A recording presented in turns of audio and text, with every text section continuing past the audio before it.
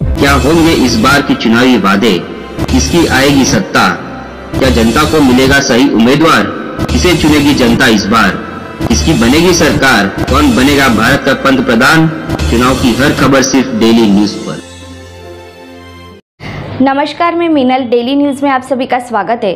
तो चलिए नजर डालते हैं आज के कुछ मुख्य समाचारों पर। भिवंडी लोकसभा के उम्मीदवार सुरेश म्हात्रे एवं कल्याण लोकसभा के उम्मीदवार वैशाली दरेकर इनकी पत्रकार परिषद संपन्न हुई, जिसमें पत्रकारों द्वारा पूछे गए विविध सवालों पर चर्चा की गई। आइए देखते हैं पत्रकार परिषद में किन विषयों पर चर्चा हुई।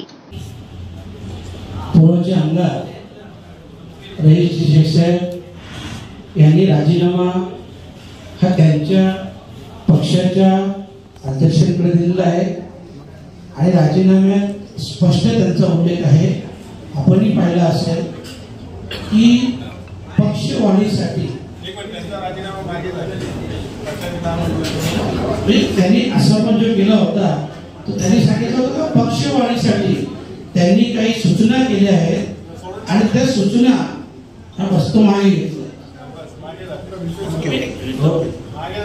ओके ओके चालत झालेली घटना आहे। असं तो महाविकास आघाडीचा विषय नव्हता, त्यांनी स्पष्ट दिला होता आमचा अंतर्गत ठीक आहे पुढे घ्या। दोन्ही पक्ष दोन्ही उमेदवार विषय एकच आहे। 20 मे 2024 होणारी लोकसभा निवडणूक। आज इथं आम्ही दोन्ही उमेदवार तर कल्याण हे दोन्ही उमेदवारांना सेंटरमध्ये आहे आणि म्हणून आज आम्ही कार्यकर्त्यांशी संवाद देखील साधलेला आहे।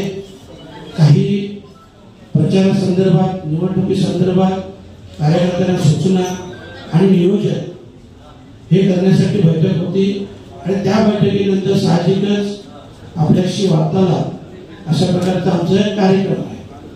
आपण जर बघितलं तर काँग्रेसची नाराजी आता दूर झालेली आहे का? सचिन कोटे हे सुद्धा त्या पत्रकार परिषदेमध्ये काँग्रेसच्या आणि ते आज तुमच्यासोबत इथे घेत आहेत, तर आता ती नाराजी दूर झाली आहे का? काय सांगता? हो, नक्कीच नाराजी दूर झालेली आहे। बघा, अगोदर मी सांगतो, महाविकास आघाडीतील सर्वच पक्षांना ही जागा मागण्याचा अधिकार आहे।